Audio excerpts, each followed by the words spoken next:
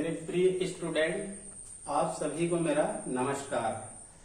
आज हम पढ़ेंगे पुनः 12वीं बायोलॉजी के अंतर्गत चैप्टर 10, 11, 12। इससे पहले हम लोग चैप्टर 1 से लेकर 10 तक का अध्ययन कर लिए हैं। मेरा जो YouTube चैनल है net biology with Pramod Yadav, इसमें पहले से ही पूरी वीडियो बन चुका है और पूरी तरह से अपलोड हो चुका है।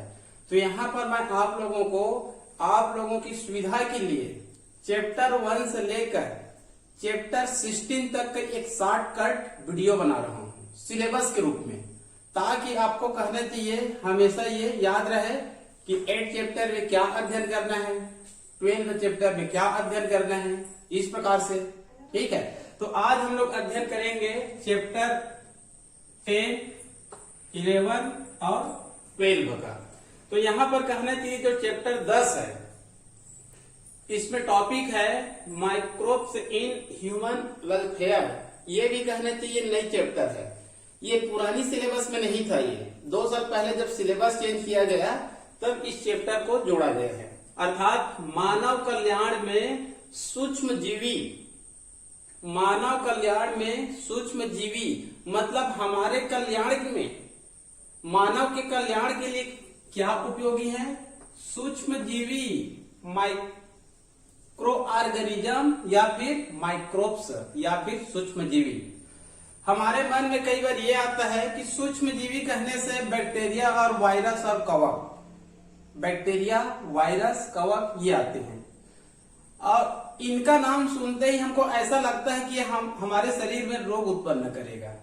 ठीक है, हमको इससे बचकर रहना है, बैक्टीरिया से बचकर रहना है, वायरस से बचकर रहना है, कवक से बचकर रहना है, क्योंकि अधिकांश रोग कहने चाहिए उत्पन्न करते हैं।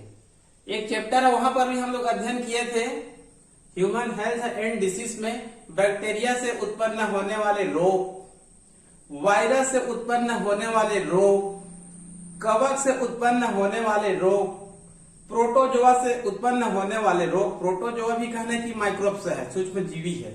ठीक है, तो वर्तमान समय में, विज्ञान के समय में, मेडिकल साइंसेस के समय में विभिन्न प्रकार की सूक्ष्म जीवी है। वो हमारे शरीर के लिए या फिर हमारे लिए या फिर मानव जगत के लिए क्या है, ये लाभदायक है। क्लियर? तो यहाँ पर हमारी जो 12वीं की जो पुस्तक है या फिर सिलेबस है, उसमें कहना चाहिए 6 क्षेत्र में उपयोगी दिया गया है। इनसे और अधिक क्षेत्र भी हो सकते हैं, तो हम यहाँ पर अपने सिलेबस के राह पर चलते हैं। एनसीईआरटी और सीजी बोर्ड है या फिर अन्य बोर्ड है। क्लियर? तो यहाँ पर इस क्षेत्र को आप पहले याद कीजिए ताकि आप कंफ्यूजन ना हो। इसी कारण कहने चाहिए आपको 1 से लेकर 16 चैप्टर तक को मैं सिलेबस के रूप में मौखिक कराना चाहता हूँ। ठीक है, तो यहाँ पर आप पहले 6 क्षेत्र याद रखिए, उसके बाद कहना चाहिए चैप्टर में आपको ऑटोमेटिक याद हो जाएगा। पहला क्षेत्र क्या है? हाउस होल्ड, मतलब घरेलू उत्पाद में सूक्ष्म जीवियों की भूमिका। सेकंड क्या है?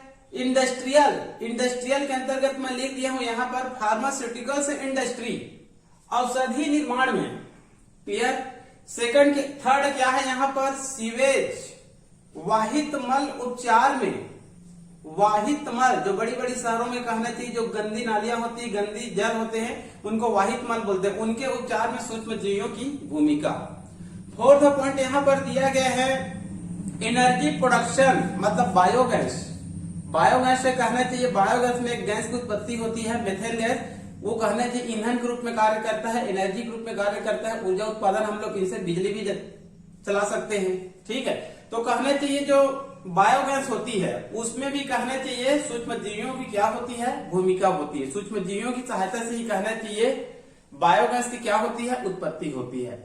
फिफ्थ पॉइंट है यहाँ पर बायो फर्टिलाइजर, जैव उर्वरक। भूमि की उर्वरक शक्ति बढ़ाने में कहने चाहिए सूक्ष्म जीवियों की क्या है, भूमिका है। विभिन्न प्रकार के कहने चाहिए, आप लोग सुने होंगे सूक्ष्म जीवी, एक नाम तो सुने ही होंगे, राइजोबियम, जो दाल देने वाले पौधों के कहने चाहिए जड़ों में पाई जाती है और वहां पर बायो फर्टिलाइजर का कार्य करती है।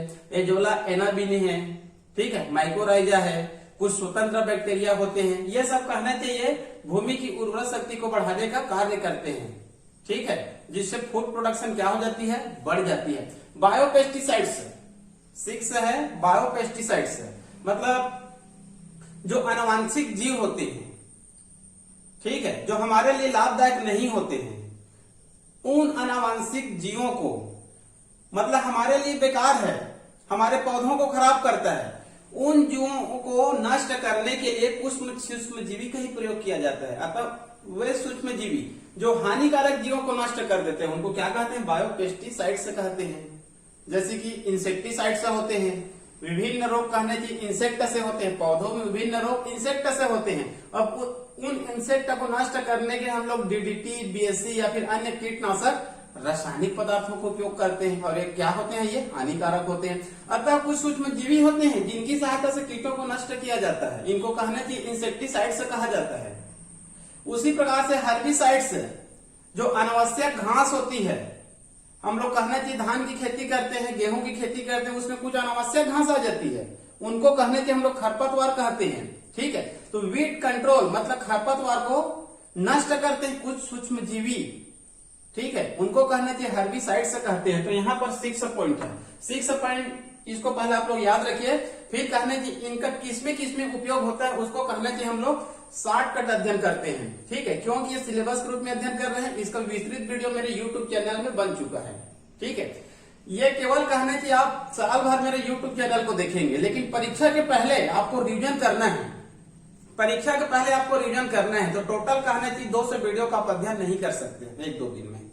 तो कहने की मेरा 4-5 वीडियो बनेगा जो पूरी सिलेबस को कवर करेगा, इनको आप कहने की रिवीजन के रूप में रखेंगे। क्लियर? तो जैसे पहला है हाउस होल्ड, मतलब घरेलू उत्पाद में कौन कौन से घरेलू उत्पाद है जिसमें सूक्ष्म जीवियों की भूमिका होती है। इसमें आप लोगों को सूक्ष्म जीवी के नाम याद करना पड़ेगा। यहाँ पर मैं सूक्ष्म जीवी के नाम नहीं बता रहा हूँ, आप मेरे चैनल में जाइए और वहां पर याद करिए, या फिर सामने में बुक रखिए और उसको याद रखेंगे। तो यहाँ पर कहने के हाउस होल्ड के अंतर्गत जैसे कि दूध होती है, दूध से हमको क्या बनाना है? दही बनाना है। क्या बनाना है? दही बनाना है। ठीक है जी, तो मान लो कहने की हमको दही बनाना है। ठीक है, तो दही बनाने के लिए, दूध से दही बनाने के लिए कुछ बैक्टीरिया की आवश्यकता पड़ती है, जो स्वयं कहने की मिल्क में पाई जाती है। ठीक है जी, लैक्टोबैसिलस नामक कहने की उसमें बैक्टीरिया पाई जाती है, वो दूध को किसमें चेंज कर देती है? दही में चेंज कर देती है। और दही को कहा जाता है दूध से भी अच्छा माना जाता है, क्योंकि इसमें विटामिन B12 और अन्य कार्बनिक पदार्थ भी पाए जाते हैं। इस दही से आगे चलकर हम लोग क्या बना सकते हैं? बटर मिल्क बना सकते हैं। क्या बना सकते हैं? बटर मिल्क बना सकते हैं। इससे आगे चलकर हम लोग क्या बना सकते हैं? पनीर बना सकते हैं, कच्ची पनीर, पक्की पनीर बना सकते हैं। इनसे आगे चलकर हम लोग योगर्ट बना सकते हैं, ब्रेड भी बना सकते हैं, इडली, डोसा, उपमा, ताड़ी, ये सब कहने चाहिए बना सकते हैं। किनकी सहायता से? सूक्ष्म जीवों की सहायता से। तो ये कहने चाहिए हाउस होल्ड प्रोडक्ट है, घरेलू उत्पाद, मतलब घर में उपयोग किए जाने वाला उत्पाद, इनको हम लोग कुछ सूक्ष्म जीवों की सहायता से बना सकते हैं। इसको कहना चाहिए पॉइंट में दिया गया है। दही बना सकते हैं, बटर मिल्क बना सकते हैं, कच्ची पनीर, पक्की पनीर, योगर्ट, ब्रेड, इडली, डोसा, उपमा, ताड़ी, ये सब सूक्ष्म जीवों की सहायता से बना सकते हैं। क्लियर? अब उसके बाद है इंडस्ट्रियल, मतलब फार्मास्यूटिकल से इंडस्ट्री, मतलब विभिन्न प्रकार के कहना चाहिए औषधि का हम लोग निर्माण कर सकते हैं सूक्ष्म जीवों की सहायता से। आजकल विभिन्न प्रकार के जो मेडिसिन बनाए जाते हैं वो सूक्ष्म जीवों की सहायता से ही बनाए जाते हैं। ठीक है, इसमें केवल मैं पॉइंट बता रहा हूं। आप लोग तो सुने होंगे एंटीबायोटिक्स। एंटीबायोटिक्स कहने की एक रासायनिक पदार्थ होते हैं, और इनका निर्माण सूक्ष्म जीवों की सहायता से सूक्ष्म जीवों को नष्ट करने के लिए किया जाता है। एंटीबायोटिक एक रासायनिक पदार्थ है, रासायनिक यौगिक है, जिनका निर्माण सूक्ष्म जीवों की सहायता से किया जाता है और सूक्ष्म जीवों को नष्ट करने के लिए ही किया जाता है। प्रथम एंटीबायोटिक से कहना चाहिए अलेक्जेंडर फ्लेमिंग नामक साइंटिस्ट ने 1928 में किया था। ठीक है, उन्होंने पेनिसिलिन बनाया था और इसको उन्होंने कवक से बनाया था। कवक सूक्ष्म जीवी है। ठीक है जी, पेनिसिलियम नोटेटम नामक कवक से बनाया गया था। फिर बाद में कहना चाहिए 1928 के बाद 1944 में, और पेनिसिलिन एंटीबायोटिक से शब्द कहना चाहिए वेक्समैन नामक साइंटिस्ट ने दिया था 1944 में, और उन्होंने कहना चाहिए विश्व का सेकंड एंटीबायोटिक से बनाया था। वर्तमान में कहना चाहिए हम लोग मेडिकल दुकान में जाते हैं तो मेडिकल दुकान के लगभग 70% मेडिसिन एंटीबायोटिक से ही होते हैं। वर्तमान समय में भी 7000 एंटीबायोटिक से बनाया जा चुका है। क्लियर। ये भी कहने चाहिए सूक्ष्म जीवों की सहायता से ही बनाया जाता है। स्टेरॉइड्स, स्टेरॉइड्स कहने चाहिए एक वसी पदार्थ होता है, इनका भी निर्माण किससे किया जाता है? सूक्ष्म जीवों की सहायता से ही किया जाता है। इसी प्रकार से कहना चाहिए विटामिन, कुछ विटामिन होते हैं जैसे कि B2, B12, विटामिन सी, इन सब का निर्माण कहना चाहिए सूक्ष्म जीवों की सहायता से किया जाता है। उसी प्रकार से एंजाइम, इसका भी निर्माण सूक्ष्म जीवों से ही किया जाता है। क्लियर। इसी प्रकार से कहना चाहिए कुछ हार्मोन होती है, क्या होती है? हार्मोन, जैसे कि दो हार्मोन का दिया गया सिलेबस में, एक है इंसुलिन हार्मोन और एक है human growth hormone STH, somatotropic hormone. एक है इंसुलिन हार्मोन, ये बहुत महत्वपूर्ण हार्मोन है। इनकी कमी के कारण कहना कि डायबिटीज रोग हो जाता है, शुगर रोग हो जाता है, शर्करा रोग हो जाता है।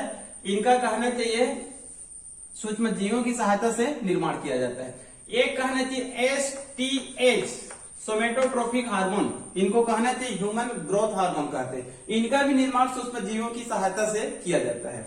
इसी प्रकार से कहना चाहिए इंटरफेरॉन,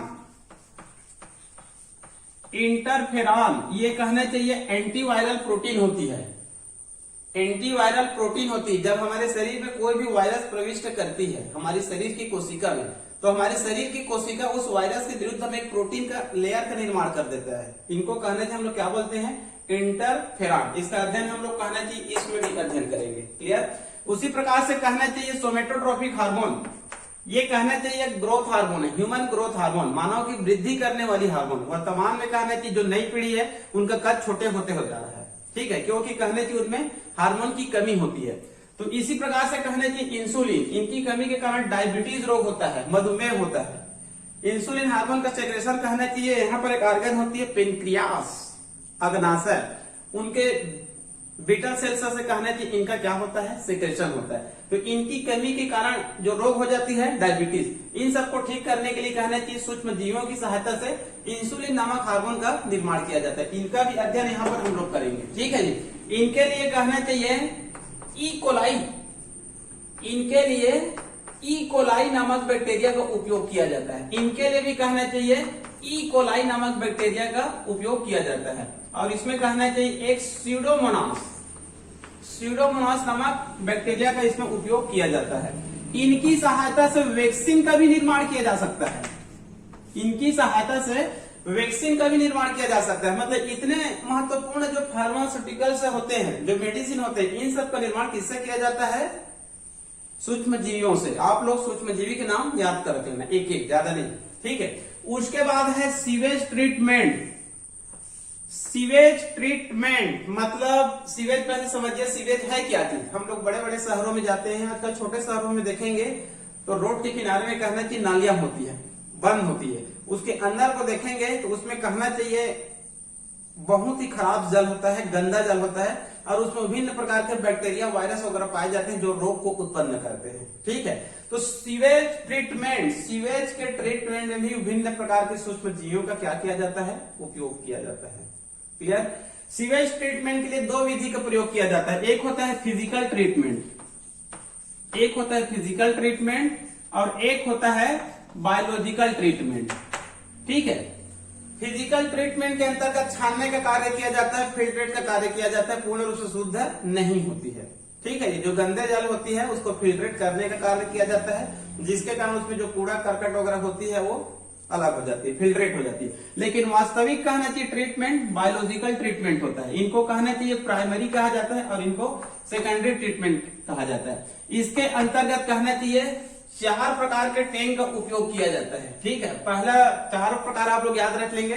पहला टैंक का नाम लिखा गया है पुस्तकों में मलकुम टैंक, ठीक है। सेकंड लिखा गया है सेप्टिक टैंक, ये सामान्य रूप से घरों में भी बनाई जाती है। मलकुम टैंक एक बड़ा सा टैंक होता है, ठीक है जी। सेप्टिक टैंक तो देखे होंगे जो घरों में होता है, मलकुम टैंक और उसके बाद सेप्टिक टैंक और एक होता है इम-हाफ टैंक, इसमें 2 टैंक होती है इम-हाफ टैंक में। और चौथा होता है म्युनिसिपल टैंक, मतलब जो बड़ी बड़ी नगर पालिका होती है वहां पर कहना चाहिए म्युनिसिपल टैंक बनाई जाती है। इनकी सहायता से वाटर को पुनः शुद्ध किया जाता है ताकि उनका उपयोग किया जा सके। क्लियर। उसके बाद कहना चाहिए चौथा पॉइंट है एनर्जी। चौथा पॉइंट क्या है? एनर्जी। इसके अंतर्गत हम लोग देखेंगे बायोगैस को।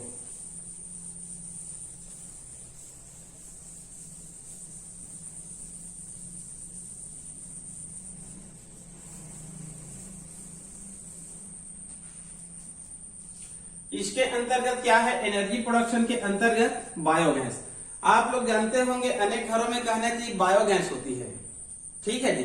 बायोगैस में गोबर के खाद का उपयोग किया जाता है और जल का उपयोग किया जाता है, ठीक है। और अंदर में कहना चाहिए एक बड़ी सी गुब्बारा टाइप का क्या होता है? कुंड होता है, वहां से एक पाइप निकलती है। चित्र को देख लेंगे या फिर कहना चाहिए यूट्यूब से चित्र को देख सकते हैं, ठीक है। तो उनमें कहना चाहिए सूक्ष्म जीवी पाई जाती है, मेथेनोजेंस नामक बैक्टीरिया पाई जाती है, ठीक है। ये मेथेनोजेंस नामक बैक्टीरिया होती है, वहां पर किसकी उत्पत्ति करती है? मेथेन गैस की उत्पत्ति करती है। हालांकि उसमें कुछ मात्रा में कहना चाहिए कार्बन डाइऑक्साइड भी होती है, ठीक है जी। सबसे अधिक कहना चाहिए 60% मेथेन गैस होती है, क्लियर। तो यदि कहना चाहिए बायोगैस में या गोबर में यदि कहना चाहिए बैक्टीरिया नहीं पाई जाएगी तो बायोगैस की उत्पत्ति नहीं हो सकती। तो कहना चाहिए सूक्ष्म जीवी का उपयोग किसमें होता है? बायोगैस में भी होता है। ये बहुत महत्वपूर्ण है। इनकी सहायता से हम लोग ऊर्जा भी प्राप्त कर सकते हैं, कुछ बल्ब भी हम लोग क्या कर सकते हैं? जला सकते हैं, ठीक है जी। इसके लिए कहना चाहिए आप यदि हम लोग इसका उपयोग करते हैं तो वातावरण प्रदूषित होने से क्या हो सकती है? बच सकती है, क्लियर। इसी प्रकार से लास्ट फिफ्थ में है बायो फर्टिलाइजर। बायो फर्टिलाइजर आप लोग सुने होंगे। बायो फर्टिलाइजर मतलब जैव उर्वरक। बायो फर्टिलाइजर मतलब जैव उर्वरक।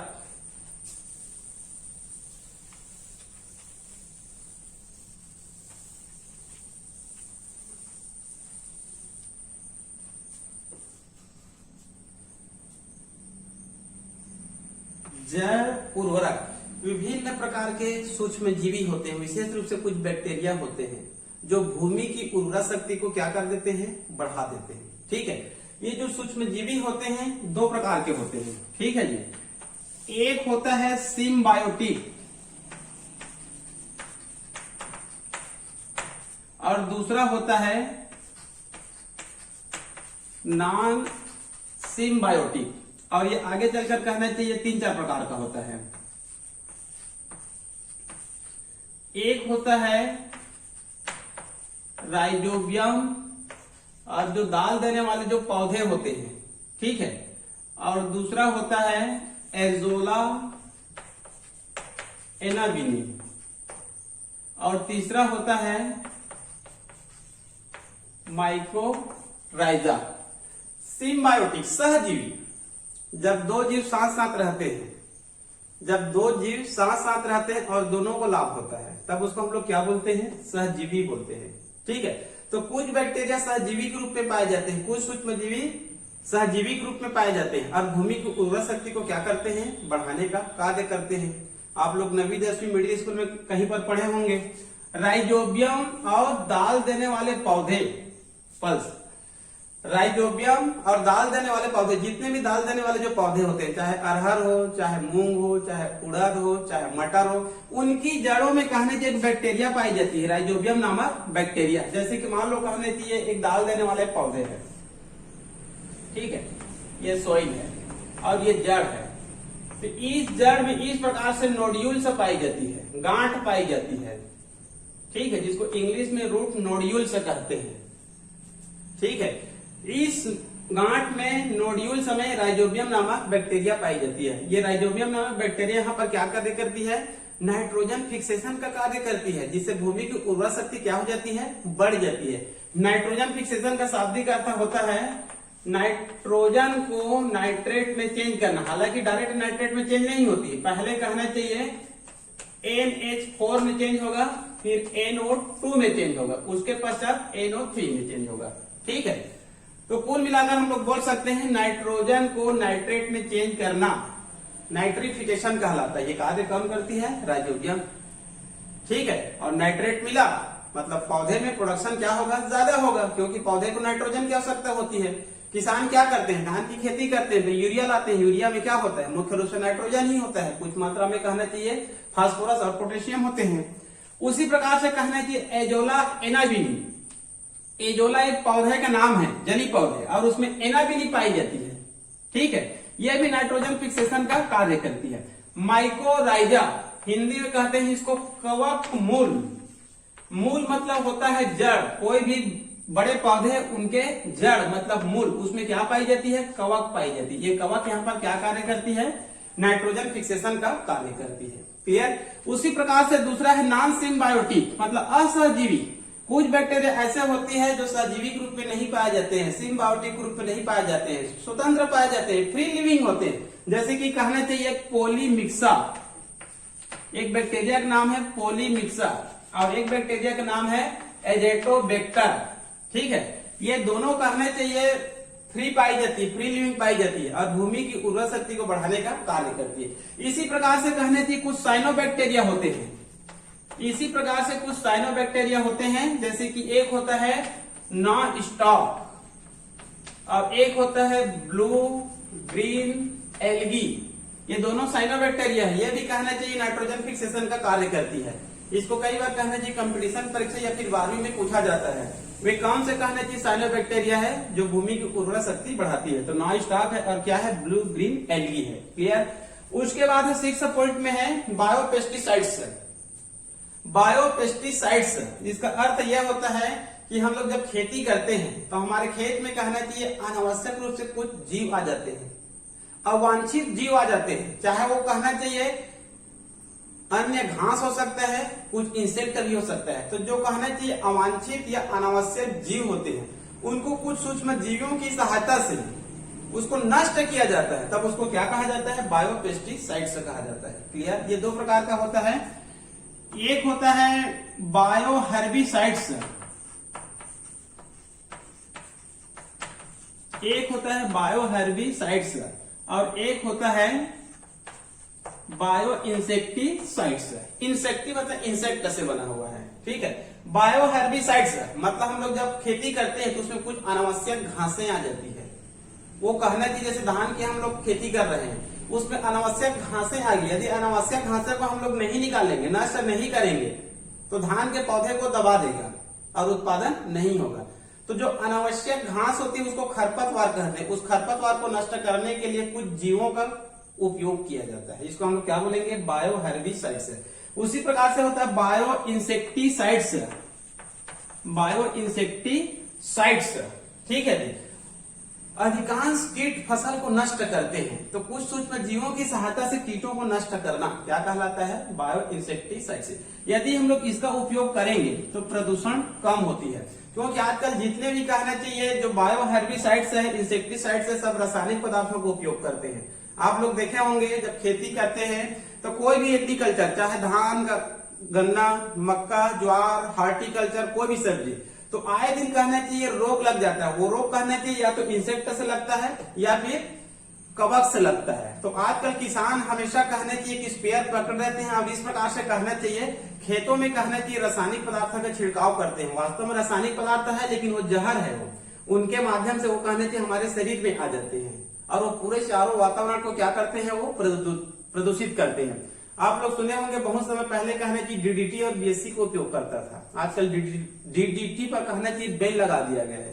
ठीक है जी, क्योंकि कहना चाहिए डीडीटी से डीडीटी, ठीक है, तो इनसे जल भी प्रदूषित होता है, सोयल भी प्रदूषित होता है और वायु भी प्रदूषित होता है। वो तीनों को प्रदूषित करता है, मतलब वायुमंडल को भी कर सकता है, वायु को, और जल को भी करता है, और सोयल मतलब भूमि को भी करता है। तो ये कहना चाहिए ये हो गया आप लोगों का माइक्रोब्स इन ह्यूमन वेलफेयर। ठीक है जी। इसके बाद हम लोग अगला चैप्टर क्या अध्ययन करेंगे? बायोटेक्नोलॉजी। वास्तव में ये दोनों बायोटेक्नोलॉजी है और दोनों बहुत ही महत्वपूर्ण है। ठीक है, तो इसके जस्ट बाद हम लोग इसका अध्ययन करते हैं। ठीक है जी।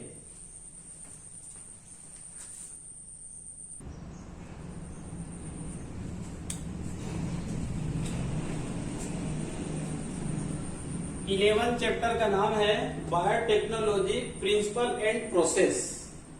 ये भी कहना चाहिए बायोटेक्नोलॉजी है, लेकिन इसमें कहना चाहिए एप्लीकेशन, मतलब बायोटेक्नोलॉजी का उपयोग हम लोग किस क्षेत्र में करते हैं या फिर किस में करते हैं। ठीक है, ये दोनों कहना चाहिए पुराने सिलेबस में छोटा सा था, यहाँ पर कोर्स को थोड़ा बढ़ा दिया गया है। ठीक है। और ये 4th यूनिट में है, ये बहुत महत्वपूर्ण है क्योंकि ये कहना चाहिए मेडिकल से संबंधित है। ठीक है, जैसे कि ये ऐसे मेडिकल है जो छोटे छोटे मेडिकल कॉलेजों में ये नहीं होता है क्योंकि डायरेक्ट ये जीन से संबंधित है। पुराने सिलेबस में इसको कहना चाहिए जेनेटिक इंजीनियरिंग नाम से चैप्टर था। क्या था?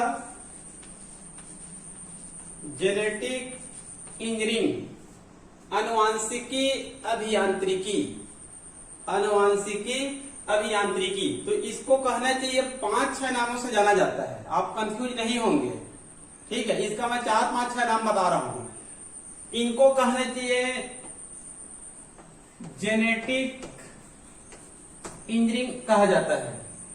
दूसरा नाम है इसको बायो टेक्नोलॉजी कहा जाता है। ठीक है जी।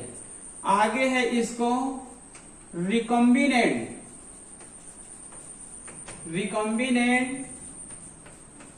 डीएनए टेक्नोलॉजी कहा जाता है। रिकॉम्बिनेंट डीएनए टेक्नोलॉजी यहां पर भी मिलेगा, रिकॉम्बिनेंट डीएनए टेक्नोलॉजी यहां पर भी मिलेगा। ठीक है, genetic engineering, biotechnology, recombinant DNA technology, और इनको कहना चाहिए जीन थेरेपी भी कहा जाता है, जीन थेरेपी। और इनको कहना चाहिए जीन क्लोनिंग भी कहा जाता है, जीन क्लोनिंग।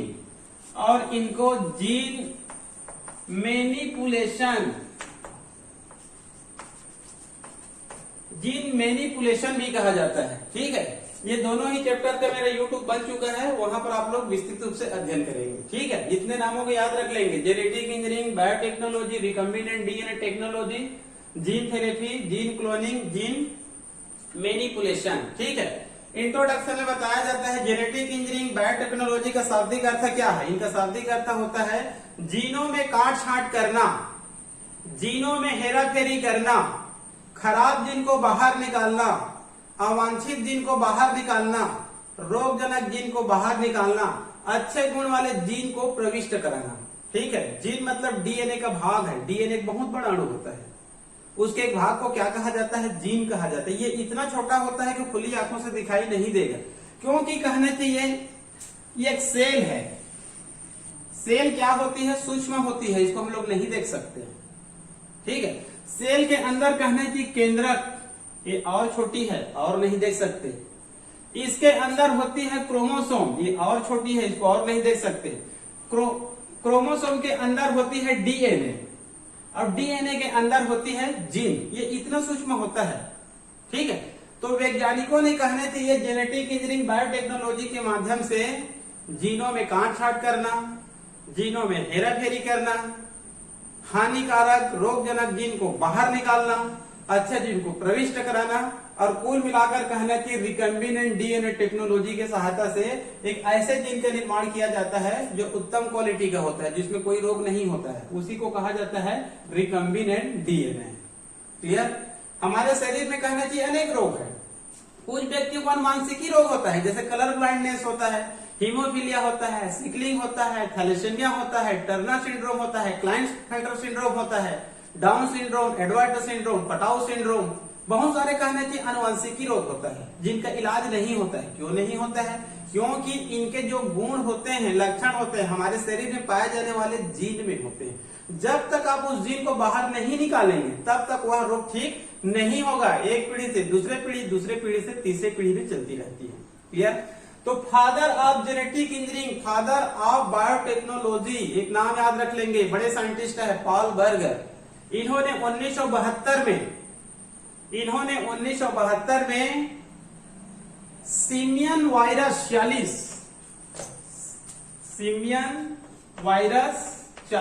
ये एक वायरस है, इनके कहना चाहिए जीन को अलग किया और ये कहना चाहिए बैक्टीरिया सेल में प्रविष्ट करा दिया। सिमियन वायरस 40 ये एक वायरस है, इनके जीन को इन्होंने अलग किया और इसको किसमें प्रविष्ट करा दिया? बैक्टीरिया सेल में प्रविष्ट करा दिया 1972 में, जिसके कारण कहने चाहिए पॉल बर्गर को फादर ऑफ बायोटेक्नोलॉजी कहा जाता है। क्लियर? ये बायोटेक्नोलॉजी को आगे चलकर और विकास कहने चाहिए 2 खोजों से मिला। उसके जस्ट बाद 2 महत्वपूर्ण खोज हुआ है। एक है रेस्ट्रिक्शन इंडोन्यूक्लियस एंजाइम की खोज, एक है रेस्ट्रिक्शन इंडोन्यूक्लियस एंजाइम की खोज और दूसरा है प्लाज्मिड की खोज।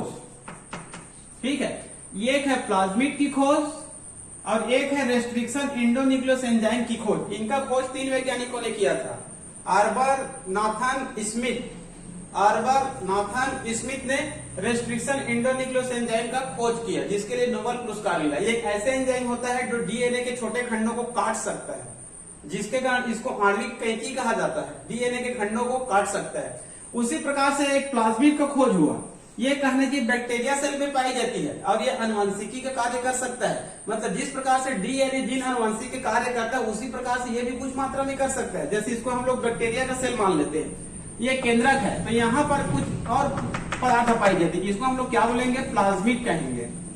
क्या कहेंगे, प्लाज्मिड। और ये अनुवांशिकी के कार्य कर सकता है, मतलब डीएनए जीन जैसे कार्य कर सकता है, जिसके कारण इसको मिनी क्रोमोसोम कहा जाता है, अतिरिक्त गुणसूत्री कहा जाता है। और इनकी सबसे बड़ी खासियत होती है कि ये क्या कार्य कर सकता है, रेप्लिकेशन का कार्य कर सकता है, मतलब अपने समान और बना सकता है। डीएनए की सबसे खासियत क्या होती है, रेप्लिकेशन का होना, द्विगुणन का होना, 1 से 2, 2 से 4, 4 से 8 का बनना। उसी प्रकार से इसमें रेप्लिकेशन की क्षमता पाई जाती है।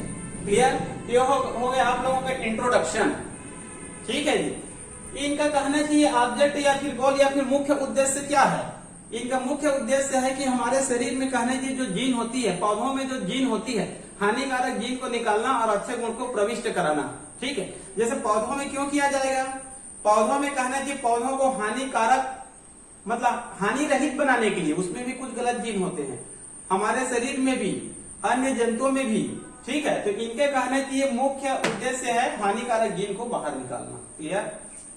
उसके बाद है रिकम्बिनेंट डीएनए टेक्नोलॉजी। जैसे कि हम लोग कहते हैं, हम लोग ये कहते हैं कि जीनों में काट छांट करना, जीनों में काट छांट करना, जीनों में हेराफेरी करना, अवांछित जीन को बाहर निकालना, अच्छे जीन को प्रविष्ट कराना। तो केवल कहने से होगा क्या कि कुछ टेक्नोलॉजी लगेगा।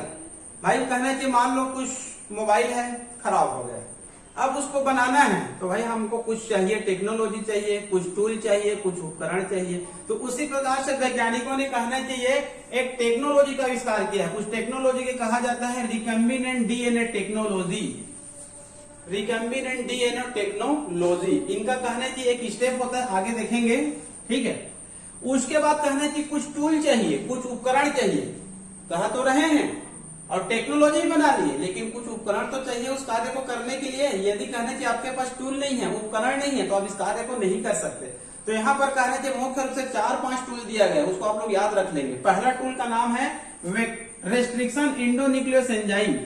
अभी जस्ट आप लोग को बता रहा था मैं, रेस्ट्रिक्शन इंडोन्यूक्लियस एक एंजाइम है जो डीएनए के छोटे खंडों को क्या कर सकता है, काट सकता है, जिसके कारण इसको आणविक कैंची कहा जाता है। इनका खोज बहुत महत्वपूर्ण है। क्लियर। सेकंड है वेक्टर। वेक्टर मतलब होता है वाहक, वाहक मतलब ग्रहण करने वाला।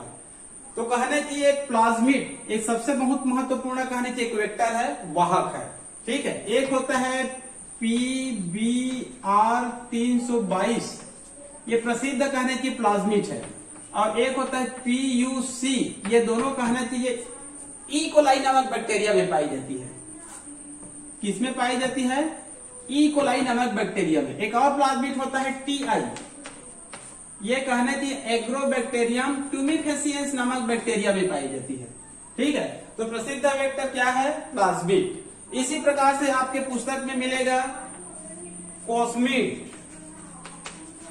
और आगे मिलेगा हेस्मिड, और कुछ वायरस, इनका भी उपयोग वेक्टर के रूप में होता है। और होता है आर्टिफिशियल क्रोमोसोम, इनका भी कहने चाहिए उपयोग किया जाता है। क्लियर। ये पहला टूल हो गया और ये सेकंड टूल हो गया। ये वेक्टर है वाहक, प्लाज्मिड है, कोस्मिड है, हेस्मिड है, वायरस है और कुछ क्रोमोसोम है। क्लियर।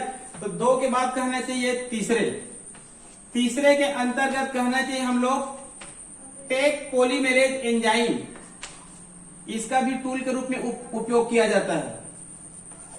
उसके बाद होता है ट्रांसक्रिप्शन, तो रिवर्स ट्रांसक्रिप्शन, रिवर्स ट्रांसक्रिप्शन। और एक होता है डीएनए लाइगेज, डीएनए लाइगेजेज या लाइगेज। ये सब कहने चाहिए क्या है, ये टूल है, ये काटने का कार्य करता है, ठीक है। तो ये जोड़ने का कार्य करता है, मतलब इसको सीलिंग एंजाइम कहा जाता है, मतलब इसको सिलने का कार्य करता है। डीएनए लाइगेज ये काटने का कार्य करेगा और ये जोड़ने का कार्य करेगा। ये पॉलीमरेज एंजाइम एक प्रकार से डीएनए पॉलीमरेज एंजाइम है जो रेप्लिकेशन के समय रिपेयर का कार्य करता है, मरम्मत का कार्य करता है, इलांगेशन का कार्य करता है। रिवर्स ट्रांसक्रिप्शन, ये कहना चाहिए रिवर्स ट्रांसक्रिप्शन मतलब ये आरएनए से डीएनए का निर्माण करता है। हम लोग अधिकांश पढ़े हैं प्रोटीन सिंथेसिस के समय, याद करेंगे। एक होता है ट्रांसक्रिप्शन, ट्रांसक्रिप्शन का अर्थ होता है डीएनए से आरएनए का निर्माण होना, डीएनए से आरएनए का निर्माण होना। लेकिन टेमिन और बाल्टीमोर नामक साइंटिस्ट ने, टेमिन और बाल्टीमोर नामक साइंटिस्ट ने 1974 में आरएनए से डीएनए का निर्माण करके दिखाया, मतलब उल्टा। ट्रांसक्रिप्शन मतलब डीएनए से आरएनए का निर्माण होना, अब आरएनए से डीएनए का निर्माण हो रहा है, तब इसको हम लोग क्या बोल देंगे, रिवर्स ट्रांसक्रिप्शन। ये बहुत महत्वपूर्ण है। तो ये सब क्या है, ये टूल है, ठीक है। इनकी सहायता से जेनेटिक इंजीनियरिंग का कार्य किया जाता है। क्लियर?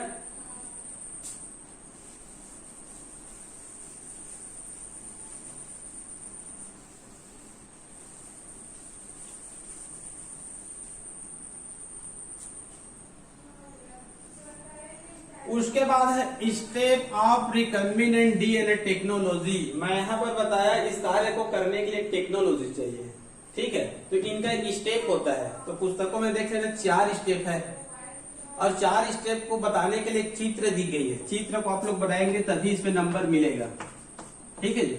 उनका स्टेप है, क्लियर। उसके बाद है क्लोनिंग।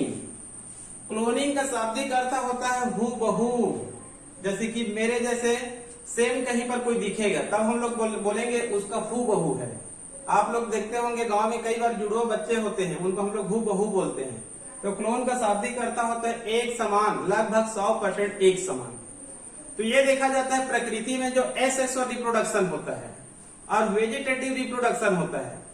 वर्धी प्रजनन और अलैंगिक जनन से उत्पन्न संतान अपने पेरेंट्स के समान होते हैं, 100% होते हैं। आता हो तो ऑटोमेटिक कहने की क्लोन है। लेकिन सेक्सुअल रिप्रोडक्शन के बाद, सेक्सुअल रिप्रोडक्शन मतलब एक ही जाति के 2 जीव, एक ही जाति के बीच जब 2 जीव आपस में सेक्सुअल रिप्रोडक्शन करते हैं और जब नए चाइल्ड बनते हैं तो माता पिता के समान तो होते हैं, लेकिन 100% समान नहीं होते हैं, क्योंकि यहाँ पर वेरिएशन होता है और वेरिएशन के कारण ही कहना चाहिए विकास होता है। तो यहाँ पर कहना चाहिए क्लोनिंग का अध्ययन किया गया हूबहू।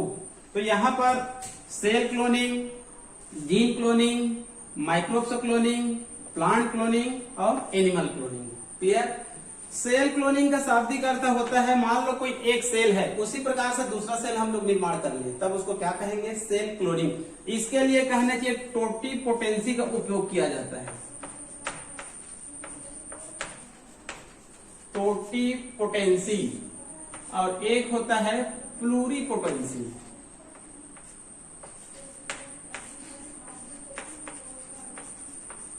ठीक है। टोटीपोटेंसी आप लोग शब्द सुने होंगे। टोटीपोटेंसी का शाब्दिक अर्थ होता है, मान लो कहना चाहिए कोई प्लांट है, प्लांट का हम लोग केवल एक सेल से लेते हैं। क्या लेते हैं? 1 सेल से लेते हैं। पौधे की एक कोशिका, स्टीवर्ट नामक साइंटिस्ट ने गाजर की जड़ से एक कोशिका लिया और उस एक कोशिका से नए पौधे के निर्माण कर दिए, उसको टोटीपोटेंसी कहा जाता है। मतलब पौधे के एक कोशिका से नए पौधे का निर्माण करना। लेकिन जंतु में सक्सेस नहीं है, मतलब हमारे शरीर के एक कोशिका लिया जाए और एक नया मानव तैयार किया जाए। ठीक है। तो मानव में कहने चाहिए प्लूरीपोटेंसी होता है, मतलब कुछ ऑर्गनों का निर्माण किया जा सकता है लेकिन टोटल जीव का निर्माण नहीं किया जा सकता है। क्लियर? और बाद में कहने चाहिए एक कोशिका से एक पौधा बनाए, तो चूंकि एक कोशिका से जितने भी पौधा बन रहे हैं वो सेम अपने पेरेंट्स के समान रहेंगे, मतलब क्लोनिंग कहलाएंगे वो लोग। क्लियर? उसके बाद है जीन क्लोनिंग। जीन क्लोनिंग भी बहुत महत्वपूर्ण है। मतलब मान लो कहने चाहिए हम लोग यहां पर एक डीएनए ले लेते हैं,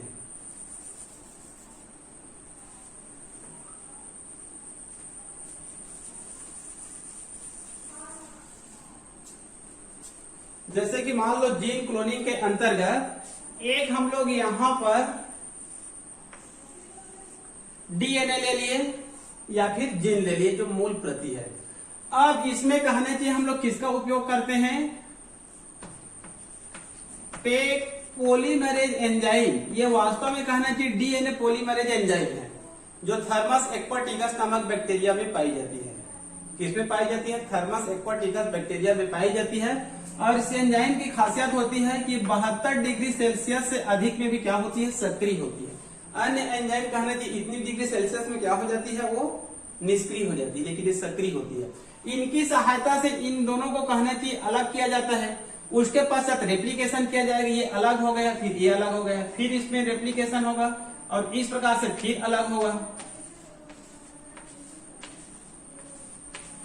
मतलब इनकी संख्या धीरे धीरे क्या होती जाती है, बढ़ती जाती है। और इस विधि से कहना चाहिए अंत में हम लोग कहना चाहिए मतलब असंख्य इसकी प्रति क्या कर सकते हैं, प्राप्त कर सकते हैं। इसको क्या कहा जाता है, जीन क्लोनिंग। जीन क्लोनिंग करने के लिए दो मेथड लाया जाता है। एक होता है पीसीआर, ये बहुत महत्वपूर्ण है।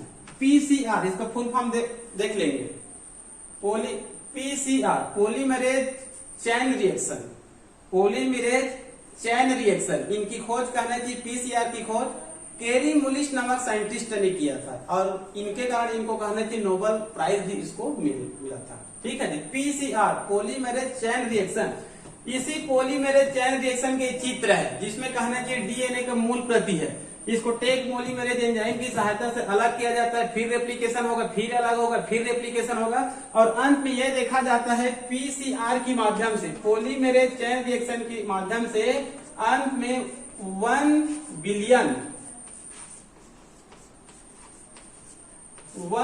बिलियन इसकी प्रतियां प्राप्त की जा सकती है। क्लियर। एक बार क्वेश्चन आया था नीट में, पीसीआर का संबंध किससे है, तो पीसीआर का संबंध वास्तव में वहां पर उत्तर था डीएनए फिंगर प्रिंटिंग से होता है। डीएनए फिंगर प्रिंटिंग से, क्योंकि इसमें भी डीएनए का क्या किया जाता है, उपयोग किया जाता है। दूसरा विधि है recombinant DNA technology. Recombinant DNA technology यहां पर देख लेंगे और यहां पर भी इसको देख सकते हैं। क्लियर। उसके बाद आगे है माइक्रोब्स क्लोनिंग। माइक्रोब्स मतलब सूक्ष्म जीवी। आप लोगों को पता होगा पिछले जस्ट चैप्टर में यहां पर मैं बताया था, बहुत सारे कहने चाहिए सूक्ष्म जीवी होते हैं जो हमारे शरीर के लिए क्या होते हैं, लाभदायक होते हैं। क्योंकि सूक्ष्म जीवियों की सहायता से एंटीबायोटिक्स का निर्माण किया जाता है, वैक्सीन का निर्माण किया जाता है, इंटरफेरॉन का निर्माण किया जाता है, एंजाइम का निर्माण किया जाता है, इंसुलिन हार्मोन का निर्माण किया जाता है, ह्यूमन ग्रोथ हार्मोन का निर्माण किया जाता है। तो ऐसे महत्वपूर्ण मेडिसिन उत्पन्न करने वाले जो माइक्रोब्स होते हैं उनका क्या तैयार किया जाता है, क्लोन तैयार किया जाता है, ताकि हमको ज्यादा से ज्यादा मात्रा में औषधि का क्या हो सके, निर्माण हो सके। ई कोलाई है, ठीक है, ये बहुत महत्वपूर्ण है। स्यूडोमोनास है, एग्रोबैक्टीरियम ट्यूमिफेसिएंस है, इसी प्रकार से राइजोबियम है। ये सब बहुत महत्वपूर्ण सूक्ष्म जीवी है। इन सब का कहना चाहिए क्लोन तैयार किया जाता है। ठीक है, आगे है उसके बाद प्लांट क्लोनिंग। ठीक है, प्लांट क्लोनिंग करने के लिए टिश्यू कल्चर का उपयोग किया जाता है।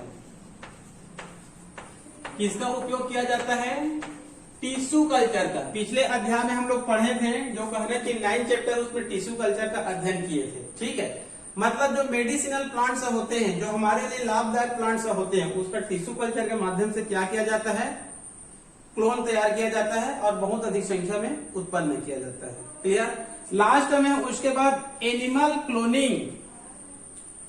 एनिमल क्लोनिंग, आप लोग एनिमल क्लोनिंग सुने होंगे।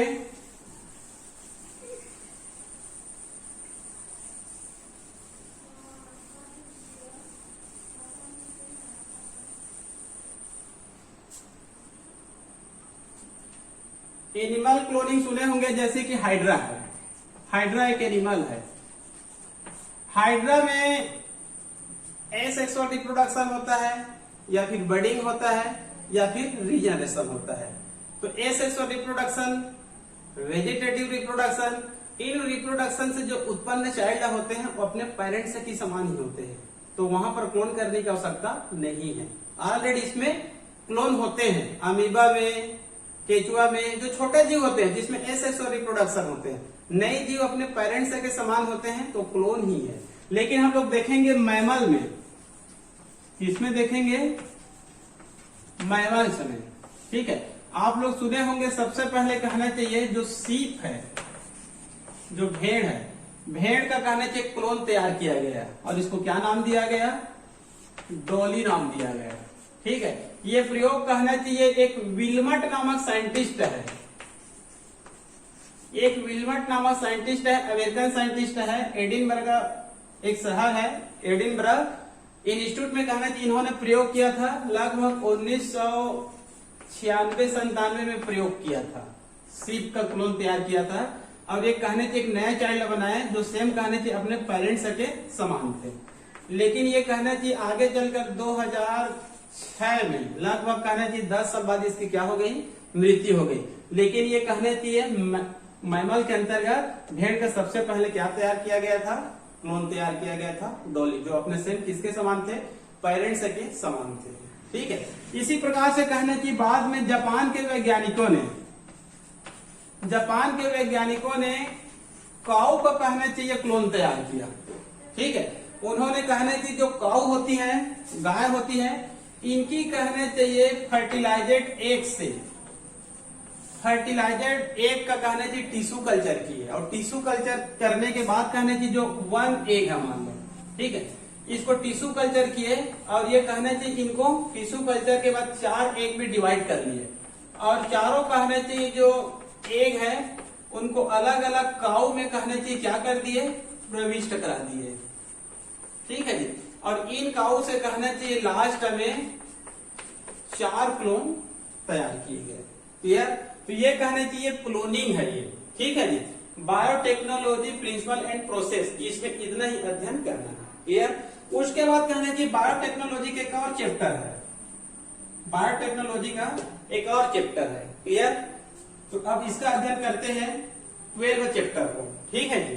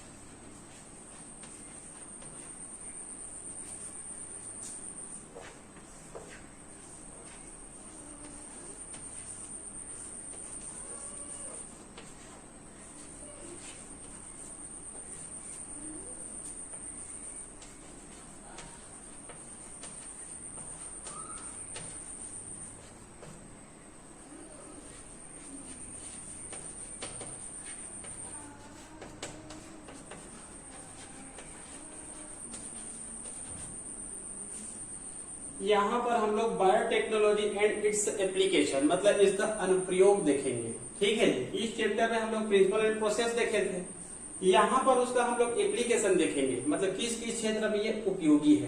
क्लियर? आप लोग विस्तृत अध्ययन करने के लिए मेरे YouTube चैनल में जाइए, वहां पर आपको विस्तृत मिलेगा। यहाँ पर केवल एक रिवीजन हो रहा है। ठीक है जी। पहला है इंट्रोडक्शन, तो सबको पता है। ये जो बायोटेक्नोलॉजी था ये भी बायोटेक्नोलॉजी है, दोनों को कहना चाहिए एक ही इंट्रोडक्शन है। जीनों में हेरा फेरी करना, जीनों में काट छांट करना, हानिकारक जीन को बाहर निकालना, अच्छे जीन को प्रविष्ट कराना, ये सब जेनेटिक इंजीनियरिंग है। इनकी सहायता से कहना चाहिए मानव को रोग रहित बनाना है, आनुवांशिकी रोगों से छुटकारा दिलाना है, पौधों में उत्पादन को क्या करना है, बढ़ाना है। क्लियर? ये सब कहना चाहिए इनका इंट्रोडक्शन है। तो यहाँ पर देखेंगे जेनेटिक इंजीनियरिंग का ये हेल्थ एंड मेडिसिन के क्षेत्र में, ये सब कहना चाहिए हेल्थ एंड मेडिसिन के क्षेत्र में है। ठीक है? औषधि और हमारे स्वास्थ्य के लिए, क्योंकि पहला है वैक्सीन, सेकंड है stem cell, interferon, human hormone, insulin और somatotropic hormone, diagnosis of disease, monoclonal antibody, DNA probe, gene therapy, embryo therapy और पेशेंट थेरेपी, ये सब कहना चाहिए मेडिसिन है जो हमारे स्वास्थ्य के लिए उपयोगी है। क्लियर? तो पहला देखते हैं, शॉर्टकट देखते हैं वैक्सीन। वैक्सीन के बारे में आप लोग तो जानते ही हैं। ठीक है? इनका विस्तृत अध्ययन करने के लिए आप लोग ह्यूमन हेल्थ एंड डिसीज में जाइए। ठीक है? विश्व का पहला वैक्सीन क्या है? विश्व का पहला वैक्सीन कहना चाहिए 1796 में बनाया गया था। ठीक है? ये कहना चाहिए चेचक का वैक्सीन था, जिसको कहना चाहिए एडवर्ड जेनर ने बनाया था। बाद में लुई पास्चर आए, उन्होंने रेबीज का वैक्सीन बनाया। आजकल अधिकांश लोगों का कहना चाहिए वैक्सीन बन चुका है। ठीक है? अभी वैज्ञानिक लोग कहना चाहिए कोरोना का वैक्सीन बनाने में सफल हो रहे हैं। ठीक है? अब देखते हैं आगे चलकर कितने 100% सफल होते हैं, कि 80 होते हैं कि 90 होते हैं। क्लियर? तो ये जो वैक्सीन होती है इसका भी निर्माण किसके माध्यम से किया जाता है? बायोटेक्नोलॉजी के माध्यम से किया जाता है। ठीक है जी। आजकल विभिन्न प्रकार के जो वैक्सीन बन रहा है उसमें कौन सा टेक्नोलॉजी का उपयोग किया जा रहा है? बायोटेक्नोलॉजी का। क्लियर? उसके बाद है स्टेम सेल्स। स्टेम सेल्स कहना चाहिए एक नई सेल्स है। कहा जाता है स्टेम सेल्स की सहायता से कोई भी रोग को ठीक किया जा सकता है। ठीक है? ये एक सेल्स है। ये बताया जाता है जो स्टेम सेल्स होती है भ्रूण के कहना चाहिए अम्बिलिकल कॉर्ड में पाई जाती है, नाड़ में पाई जाती है। जब छोटे से जब चाइल्ड उत्पत्ति होती है तो यहाँ पर एक कहना चाहिए नाड़ होता है, अम्बिलिकल कॉर्ड होता है, उसमें कुछ मात्रा में स्टेम सेल्स पाए जाते हैं। कहा जाता है कुछ जो बड़े व्यक्ति होते हैं, धनाढ़ व्यक्ति होते हैं, नाड़ से स्टेम सेल्स को अलग कर लेते हैं और जर्म प्लाज्मा में रखते हैं। भविष्य में यदि उस भ्रूण को यदि भविष्य में कोई रोग होता है तो उस स्टेम सेल्स की सहायता से उसका क्या किया जा सकता है? इलाज किया जा सकता है। क्लियर?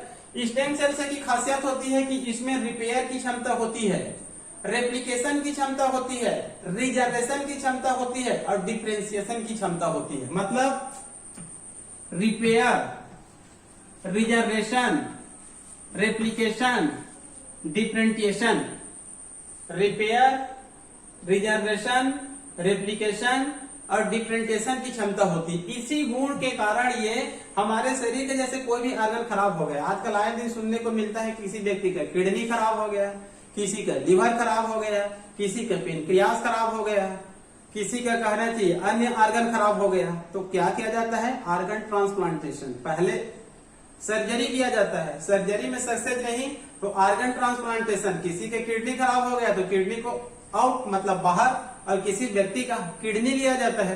तो यदि स्टेम सेल्स का प्रयोग किया जाता है तो किडनी को चेंज करने की आवश्यकता नहीं है। किडनी का ये रिपेयर कर सकता है, रिजर्वेशन कर सकता है, रेप्लिकेशन कर सकता है, मतलब शरीर में ही ठीक कर सकता है। ठीक है? ऐसा माना जाता है। क्लियर? ये कहना चाहिए कुछ अंगूर होती है, कुछ सेब होती है। कहा जाता है स्विट्जरलैंड के जंगलों में जो सेब का पेड़ होता है उसके फलों में भी कुछ मात्रा में कहना चाहिए स्टेम सेल्स पाई जाती है। क्लियर? 3 वैज्ञानिक जिन्होंने 2007 में मतलब आज से 13-14 साल पहले 3 वैज्ञानिक हैं मार्टिन मारियो ऑलिवर। इन्होंने 2007 में चूहे पर प्रयोग किया स्टेम सेल्स पर और नोबेल प्राइज भी प्राप्त किए। क्लियर। इनकी सहायता से मतलब हमारे शरीर में कोई भी ऑर्गन खराब होती है, यदि स्टेम सेल से हम लोग लेते हैं, पाउडर रूप में पाई जाती है, तो ऑर्गन को क्या कर सकता है, वो रिपेयर कर सकते हैं, रिप्लिकेशन कर सकते हैं, मतलब ठीक कर सकता है। क्लियर। आगे है इंटरफेरॉन। इंटरफेरॉन पहले आप लोग को बताया था, मान लो हमारे ये शरीर की एक कोशिका है, ठीक है, इसमें कहने की कोई वायरस प्रवेश करती है, तो इस वायरस से लड़ने के लिए मान लो कहने चाहिए ये हमारे शरीर का ये क्या है, एक कोशिका है, इसमें वायरस प्रवेश करती है और ये रोग उत्पन्न करने का प्रयास करेगा। ये आगे चलकर मल्टीप्लीकेशन करती है। मल्टीप्लीकेशन मतलब अपनी संख्या को बढ़ाती है, 1 से 2, 2 से 4, 4 से 8, 8 से 16। लेकिन ये प्रवेश तो करती है, लेकिन दूसरी वायरस फिर से इसी जाति का दूसरी वायरस प्रवेश न करे, उसके लिए इसके चारों तरफ क्या बना लेती है, एक प्रोटीन का लेयर बना लेती है। क्या बना लेती है, प्रोटीन का लेयर बना लेती है। उसी प्रोटीन के लेयर को क्या कहा जाता है, इंटरफेरॉन कहा जाता है। मतलब इसी प्रजाति की दूसरा वायरस प्रविष्ट तो करेगा लेकिन रोग उत्पन्न नहीं कर पाएगा, इसको इंटरफेरॉन कहा जाता है। माना जाता है भविष्य में इनकी सहायता से कैंसर का भी क्या किया जा सकता है, इलाज किया जा सकता है। क्लियर। ये 3 प्रकार के होते हैं, एक होते हैं अल्फा और एक होते हैं बीटा और एक होता है गामा। क्लियर। उसके बाद है ह्यूमन हार्मोन। मानव की हार्मोन का निर्माण बायोटेक्नोलॉजी के माध्यम से किया जाता है।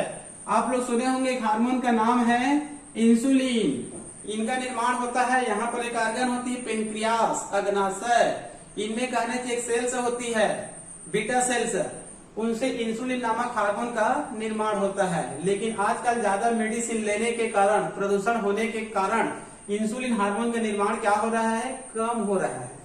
इंसुलिन का कार्य होता है ग्लूकोज को ग्लाइकोजन में चेंज करना, ग्लूकोज को ग्लाइकोजन में चेंज करना। ग्लूकोज मतलब मीठा पदार्थ है, ठीक है।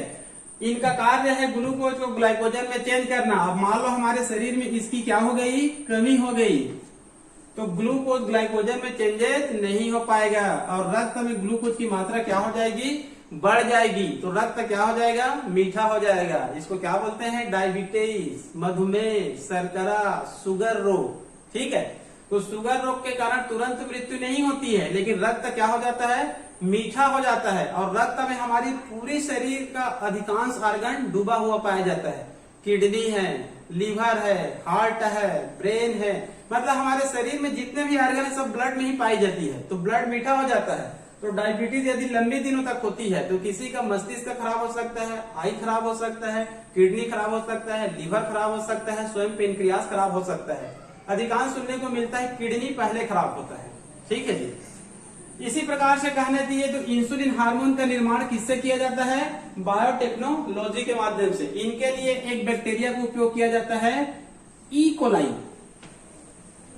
ई कोलाई नामक बैक्टीरिया एक अमेरिका की कंपनी है, इली लिली नामक एक कंपनी है, जिन्होंने 1983 में, अमेरिका के कंपनी है इली लिली नामक कंपनी है, जिन्होंने 1983 में इस बैक्टीरिया का उपयोग करके इंसुलिन नामक हार्मोन का निर्माण किया। और वहां पर इसको नाम क्या दिया गया था, इनुलिन। एक बार पूछा गया था 12वीं में और नीट में, प्रथम इंसुलिन जो आर्टिफिशियल रूप से उत्पन्न किए गए थे उनका नाम क्या है, तो इनुलिन।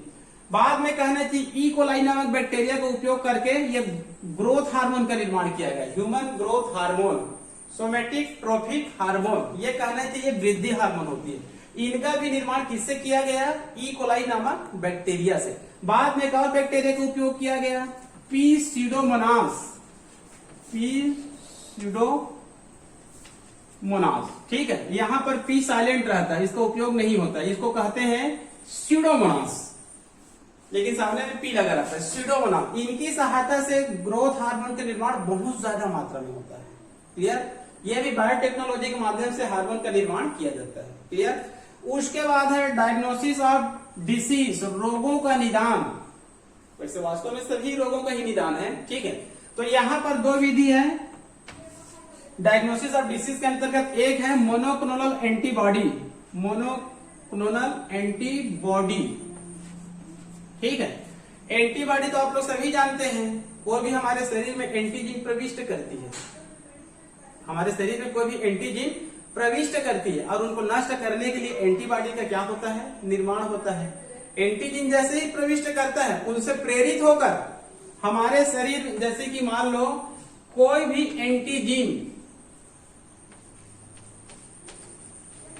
एंटीजीन शरीर में क्या किया, प्रविष्ट किया, तो उनसे प्रेरित होकर हमारे शरीर में कहना चाहिए बी सेल्स पाई जाती है। क्या सेल्स पाई जाती है, बी सेल्स। ये बी सेल्स किसका निर्माण करता है, एंटीबॉडी का निर्माण करता है, और ये एंटीबॉडी इस एंटीजन को क्या कर देती है, नष्ट कर देती है।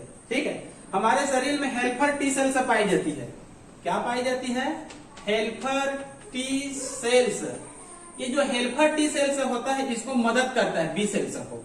Helper T cells B cells को मदद करता है कि आप एंटीबॉडी का निर्माण करो और इनको नष्ट करो। तो ये हमारे शरीर में कहना चाहिए प्राकृतिक रूप से होती रहती है, ये हमको पता नहीं चलता है। हमारे शरीर में अभी भी एंटीजन प्रविष्ट कर रहा है और बी सेल से एंटीबॉडी का निर्माण कर रहा है, और ये एंटीबॉडी उस एंटीजन को क्या कर देती है, नष्ट कर देती है, और हम लोग क्या हो जाते हैं, रोग मुक्त होते रहते हैं। ये हमको अनुमान या फिर पता नहीं लगता है। लेकिन यहाँ पर मोनोक्लोनल एंटीबॉडी, इसका शाब्दिक अर्थ क्या हो रहा है, मोनोक्लोनल एंटीबॉडी का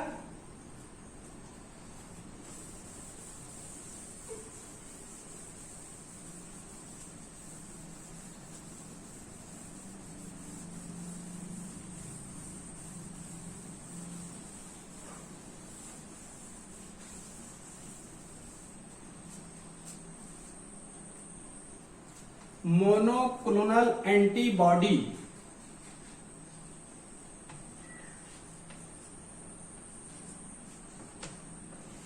ठीक है जी। आप लोग को भी जो बताया वो नेचुरली है। आजकल साइंटिस्ट इस एंटीबॉडी के निर्माण आर्टिफिशियल रूप से कर रहे हैं। जब आर्टिफिशियल रूप से इसका निर्माण करते हैं तो उसी को क्या कहा जाता है, मोनोक्लोनल एंटीबॉडी। इसके लिए कहना चाहिए कोई भी एक एंटीजन लिया जाता है, इसके लिए कोई भी क्या लिया जाता है, एंटीजन लिया जाता है, और इनको कहना चाहिए चूहे के शरीर में क्या कराई जाती है, प्रविष्ट कराई जाती है। जब इस एंटीजन को चूहे के शरीर में प्रविष्ट कराते हैं तो इनके शरीर में क्या होती है, लिम्फोसाइट्स होती है, या फिर बी सेल्स भी कह सकते हैं इसको, क्योंकि बी सेल्स का निर्माण किससे होता है, लिम्फोसाइट्स से होता है। जब एंटीजन प्रविष्ट करती है तो इनके शरीर में जो लिम्फोसाइट्स होती है, बी सेल्स होती है, ये किसका निर्माण करता है, ये एंटीबॉडी का निर्माण करता है, और इसी एंटीबॉडी को हम लोग मोनोक्लोनल एंटीबॉडी कहते हैं। ठीक है, इसके लिए कहना चाहिए टेक्नोलॉजी को उपयोग किया जाता है। उस टेक्नोलॉजी को कहा जाता है hybrid cell culture technique. Hybrid cell culture technique, ठीक है जी, हाइब्रिडो मास कहा जाता है। क्लियर। दूसरा है डीएनए प्रोब, सेकंड है डीएनए प्रोब। इस डीएनए प्रोब क्या है, एक छोटा सा परिभाषा याद कर लेंगे। डीएनए प्रोब कहना चाहिए डीएनए का एक छोटा सा खंड है, जैसे कि जीन डीएनए का छोटा सा खंड है, उसी प्रकार से डीएनए प्रोब डीएनए का एक छोटा सा या लघु खंड होता है, जिसमें अपने पूरक क्षारकों को पहचानने की क्षमता पाई जाती है। ठीक है जी, डीएनए प्रोब डीएनए का एक लघु खंड होता है जिनके क्षारकों में अपने पूरक क्षारकों को पहचानने की क्षमता पाई जाती है, जिसको डीएनए प्रोब कहते हैं। जिनके क्षारकों में, क्षारक मतलब नाइट्रोजन बेस को कहा जा रहा है। ठीक है, एडेनाइन, गवानाइन, साइटोसिन, थायमिन, ये बेस है, क्षारक है। तो कहना चाहिए डीएनए प्रोब डीएनए का एक छोटा सा खंड होता है जिनके क्षारकों में अपने पूरक क्षारकों को पहचानने की क्षमता पाई जाती है। मतलब कैसे पहचानती है, ए कहना चाहिए टी को पहचान लेगा, ठीक है जी, और टी ए को पहचान लेगा, जी सी को पहचान लेगा, सी जी को पहचान लेगा। क्योंकि आप लोग को पता होगा ए हमेशा कहना चाहिए टी से जोड़ी बनाते हैं, और टी हमेशा ए से जोड़ी बनाते हैं, और जी हमेशा सी से जोड़ी बनाते हैं, सी हमेशा जी से जोड़ी बनाते हैं। तो डीएनए प्रोब कहना चाहिए डीएनए का एक छोटा सा लघु खंड है जिनके क्षारकों में अपनी पूरक क्षारकों की पहचानने की क्षमता पाई जाती है। पहचानने की क्षमता के कारण ही इनका उपयोग किसमें होता है, रोगों को पहचान करने में होता है।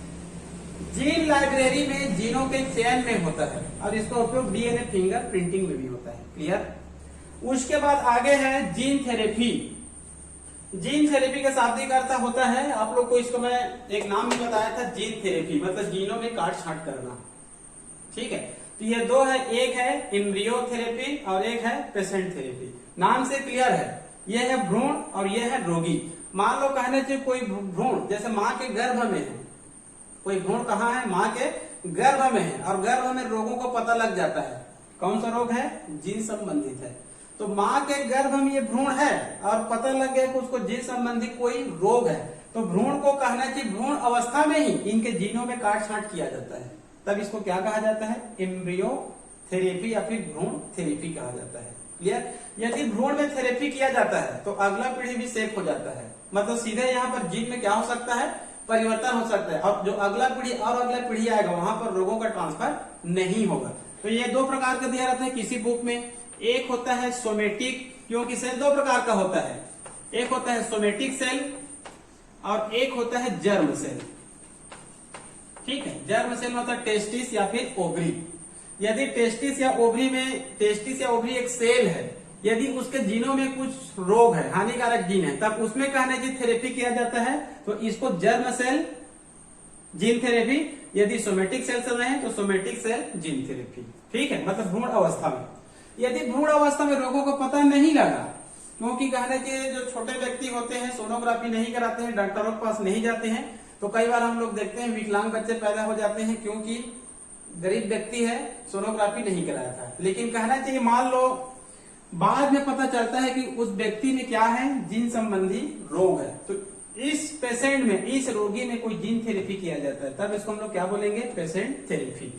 पेशेंट थेरेपी से कहना चाहिए अगला पीढ़ी में संशोधन नहीं होगा, क्योंकि डायरेक्ट रोगी में सुधार होगा, अगला पीढ़ी में वो चला जाएगा। यदि भ्रूण अवस्था में होगा तो अगला पीढ़ी में रोग का ट्रांसफर नहीं होगा। पेशेंट थेरेपी मतलब जीन थेरेपी, इनके माध्यम से कहना चाहिए सिकल सेल एनीमिया का इलाज किया गया है। एक रोग होता है सीड, उसका भी सफल इलाज किया गया है। क्लियर। अब इसके बाद कहना चाहिए कुछ आगे का और अध्ययन करेंगे, जो कहना चाहिए बायोटेक्नोलॉजी से रिलेटेड है। शॉर्टकट अध्ययन करते हैं आगे का।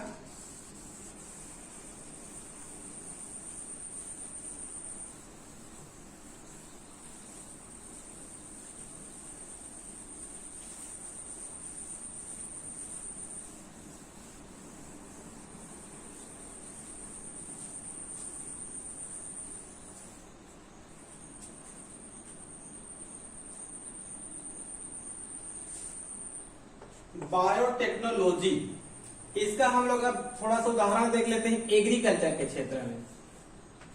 किसके क्षेत्र में, एग्रीकल्चर के क्षेत्र में। ठीक है, यहाँ पर एक उदाहरण दिया गया है, पौधों की उत्पादकता में सुधार, पौधों की उत्पादकता में सुधार। आजकल कहना चाहिए किसान या फिर कहना चाहिए अधिकांश लोग इस कारण परेशान रहते हैं, क्योंकि कहना चाहिए पौधों की उत्पादकता क्या होती है, कम होती है। जैसे किसान चाहता है उनके 1 एकड़ जमीन में, उनके 1 एकड़ जमीन में लगभग कहना चाहिए 25 क्विंटल धान का उत्पादन होना चाहिए। ठीक है जी, 1 मिनट।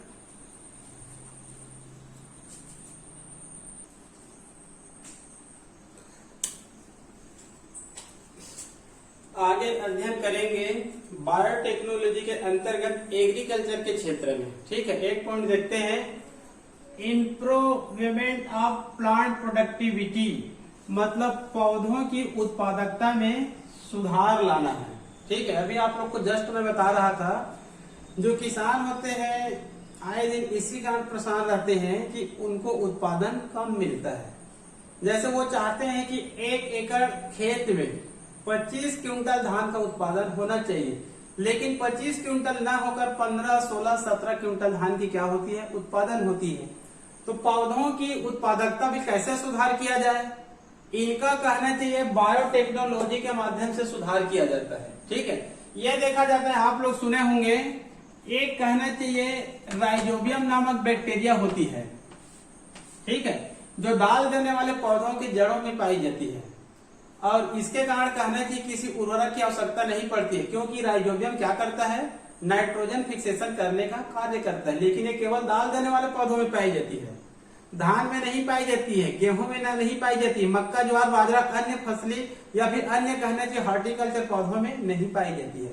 तो वैज्ञानिकों ने कहना चाहिए जो राइजोबियम नामक बैक्टीरिया है, या फिर एग्रोबैक्टीरियम ट्यूमिफेसियंस या फिर एजोस्पाइरिलम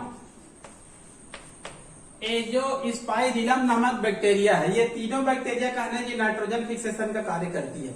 ये कहना चाहिए धानों में पाई जाती है या फिर धानों में उत्पन्न करने का प्रयास किया जा रहा है।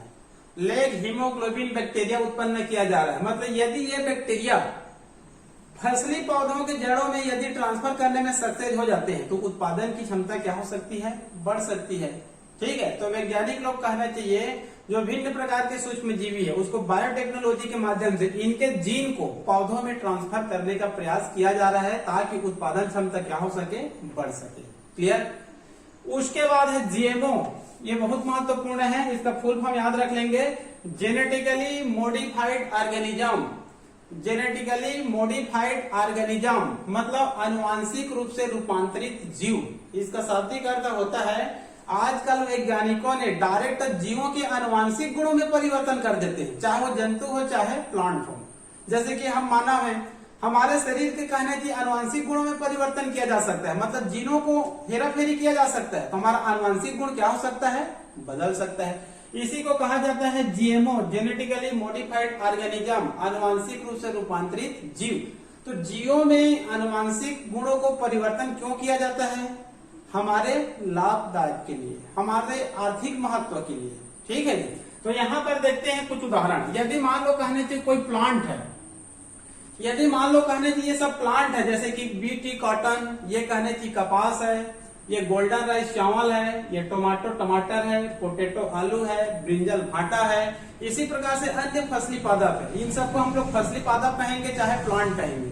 यदि कहने चाहिए जो प्लांट है, यदि ये जो क्रॉप है, यदि कोई फ्रूट देने वाले कहने चाहिए पौधे, फल देने वाले जो पौधे, यदि इनके कहना चाहिए अनुवांशिक गुणों में परिवर्तन किया जाता है, इनके जीनों में परिवर्तन किया जाता है, तब वो क्या कहलाएगा, जीएम प्लांट, पौधों में किया जाता है। तो यदि वो फसली पौधे हैं तब उसको जीएम क्रॉप। यदि कोई फ्रूट देने वाले कहना चाहिए जैसे फल देने वाले पौधे, तब उसको हम लोग क्या बोलेंगे, जीएम फूड। क्लियर। मतलब इन पौधों का, इन फसली पौधों का, इन फल देने वाले पौधों के डायरेक्ट अनुवांशिक गुणों में क्या किया जा रहा है, परिवर्तन किया जा रहा है। ठीक है जी। तो इसी प्रकार से कहने की एक उदाहरण है बीटी कॉटन। ये कपास की नई प्रजाति है, क्योंकि कहने की भारत में, पश्चिम भारत में, गुजरात में, महाराष्ट्र में कॉटन मतलब कपास की बहुत अधिक खेती होती है, क्योंकि कॉटन से ही कहना चाहिए कपड़े का क्या होता है, निर्माण होता है। तो जो कपास का पौधा होता है वो कहना चाहिए कीटों का उसमें रोग लग जाता है। ठीक है। और कपास का उत्पादन क्या होता है, कम होता है। तो वैज्ञानिकों ने देखा, विश्व अन्य वैज्ञानिकों ने देखा कि कपास की जो खेती होती है कीटों से बहुत अधिक हानि होती है। तो वैज्ञानिकों ने कहना चाहिए एक नई प्रजाति निर्माण की, जीएम बीटी कॉटन। मतलब इनमें कहना चाहिए, ये कहना चाहिए बेसिलस थुरिजिएंसिस एक बैक्टीरिया है, बेसिलस थुरिजिएंसिस एक बैक्टीरिया है, उनके जीन को इसमें प्रविष्ट करा दिया और इनके अनुवांशिक गुणों में परिवर्तन हो गया और ये कहला गया बीटी कॉटन। अब ये जो बीटी कॉटन जो जीएम है, जेनेटिकली मॉडिफाइड ऑर्गेनिज्म है, ठीक है, इसमें एक बैक्टीरिया का जीन आ गया, अब ये बीटी कॉटन हो गया। अब ये जो कॉटन है, कपास है, कीट प्रतिरोधी हो गया। क्या हो गया, ये कीट प्रतिरोधी हो गया, अर्थात कहने चाहिए अब इस पौधे को कीटों से हानि नहीं होती है। क्लियर। अब ये जो बीटी कॉटन है, कपास की नई प्रजाति बन गया जिसको बोलेंगे जीएम बीटी कॉटन। अब ये कहना चाहिए कीट प्रतिरोधी हो गया, अब कीटों से इसको कोई भी समस्या नहीं है। क्लियर। इसी प्रकार से GM golden rice, GM golden rice, ये कहना चाहिए चावल की जीएम प्रजाति है। इसमें कहना चाहिए विटामिन ए पाई जाती है। क्या पाई जाती है, इसमें विटामिन ए पाई जाती है। मतलब व्यक्ति जब चावल खाता है तो उसको विटामिन ए मिलता है, अर्थात उसको आंखों का रोग नहीं होगा। उसी प्रकार से जीएम टमाटो, ठीक है जी, आए दिन ये समस्या होती है कि टमाटर जल्दी पक जाती है और वो सड़ जाती है, मतलब खराब हो जाती है।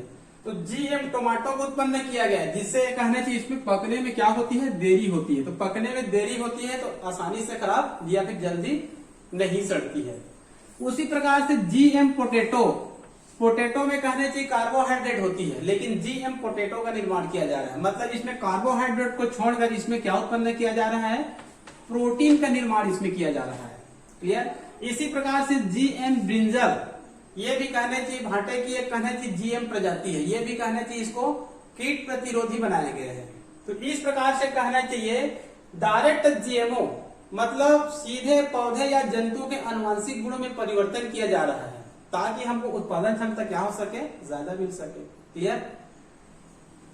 उसके बाद आगे है जीएम एनिमल। क्या है? GM animal. यदि यही कार्य एनिमल में किया जाता है तब इसको जीएम एनिमल बोलेंगे, यही कार्य पौधे में किया जाता है तब इसको क्या कहा जाता है? जीएम प्लांट कहा जाता है। क्लियर। तो जीएम एनिमल, जीएम एनिमल हम लोग देखेंगे, एनिमल में जितना भी जीएम किया गया है जेनेटिकली मॉडिफाइड ऑर्गेनिज्म, उसमें चूहों का प्रतिशत 95%, मतलब सबसे अधिक प्रयोग किस पर किया गया है? चूहे पर किया गया है। ये रिसर्च के रूप में किया गया है। ठीक है जी। जीनों से संबंधित रिसर्च के लिए सबसे ज्यादा प्रयोग किसमें किया गया है? चूहे पर। उसी प्रकार से कहना है कि जीएम काऊ, जीएम सीप, जीएम गोट मतलब गाय, भेड़, बकरी। जीएम काऊ, जीएम सीप, जीएम गोट का निर्माण किया जा रहा है। किस लिए किया जा रहा है? दुग्ध उत्पादन को बढ़ाने के लिए और दुग्ध में प्रोटीन की मात्रा को बढ़ाने के लिए। इसी प्रकार से जीएमपी मतलब सुअर, जीएम सुअर का निर्माण किया जा रहा है। किस लिए? ऑर्गन ट्रांसप्लांटेशन के लिए। ठीक है। इसी प्रकार से जीएम फिश मतलब भोजन के रूप में ग्रहण करने के लिए। जब जीएम फिश देखेंगे, जीएम ब्रेड देखेंगे, जीएम काऊ देखेंगे तो आकार भी बड़ी हो जाती है, अपने सामान्य आकार से क्या हो जाती है? बड़ी हो जाती है। क्लियर। तो ये सब कहने चाहिए जीएमओ से संबंधित है। क्लियर। और ये कहने चाहिए पौधों की उत्पादकता में सुधार है, मतलब डायरेक्ट जो राइजोबियम होती है, एग्रोबैक्टीरियम ट्यूमिफेसियंस होती है, एजोस्पाइरा होती है, ये सब बैक्टीरिया होती है जो बायो फर्टिलाइजर का कार्य करते हैं। इनके जीन को पृथक करके, आइसोलेशन करके डायरेक्ट किसमें प्रविष्ट की जाती है? पौधों में, ताकि पौधों की उत्पादन क्षमता क्या हो सके? बढ़ सके। इस पर अभी रिसर्च चल रहा है। इसके बाद लास्ट में इसमें दो शब्द और है, बायोपायरेसी और बायोपेटेंट।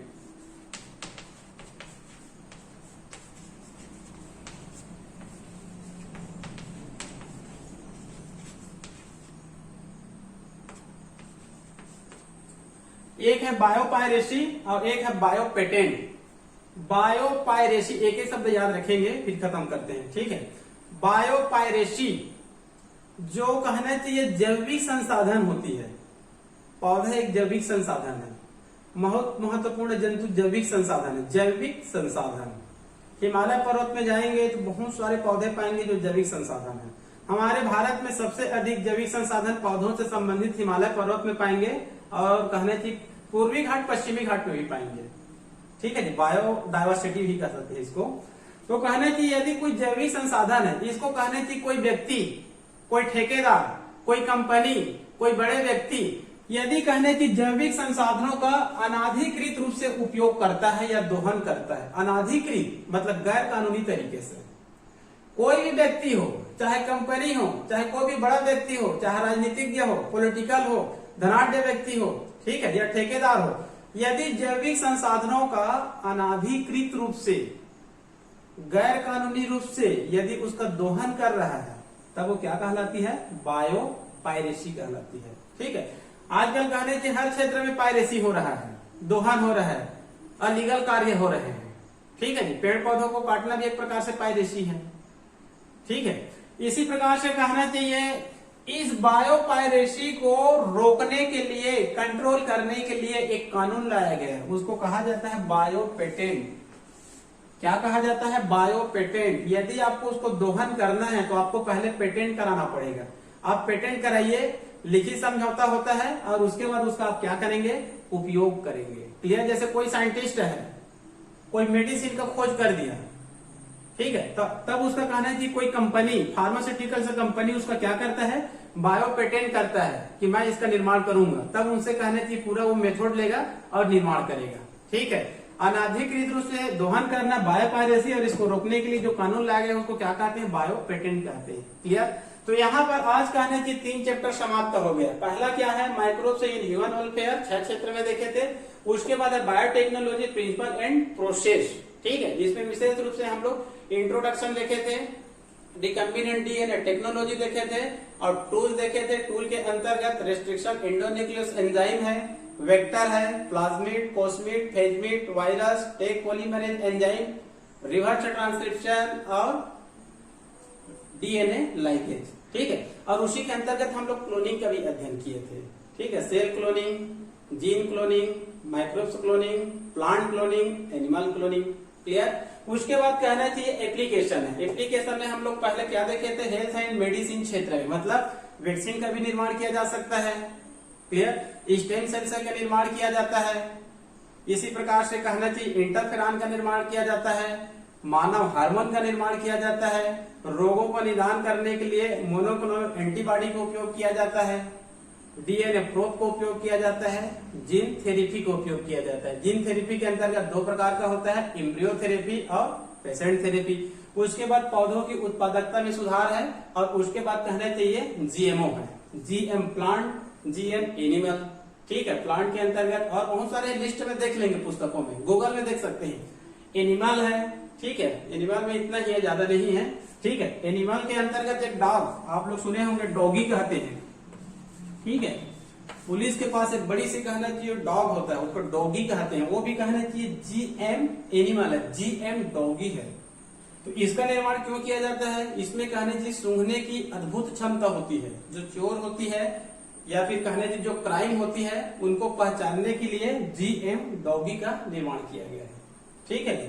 और लास्ट में है आपका बायोपायरेसी और बायो पेटेंट। क्लियर। तो ये हो गया आप लोगों का 1 से लेकर 12 चैप्टर तक। अब कहना चाहिए एक और यूनिट बचा हुआ है, 5th यूनिट, मतलब 13 से 16 तक टोटल कहना चाहिए 4 चैप्टर और बाकी है। ठीक है जी, 4 चैप्टर और बाकी है। वो चारों चैप्टर कहना चाहिए इकोलॉजी से रिलेटेड है, इकोसिस्टम वगैरह है, पर्यावरण से संबंधित है, बहुत ही सिंपल है। क्लियर। तो आज के लिए केवल इतना ही। उसके बाद अगले दिन मिलेंगे पुनः इकोलॉजी, मतलब 5 मिनट, मतलब 13 से 16 को लेकर। ठीक है जी, तब तक के लिए आज के लिए केवल इतना ही। ओके।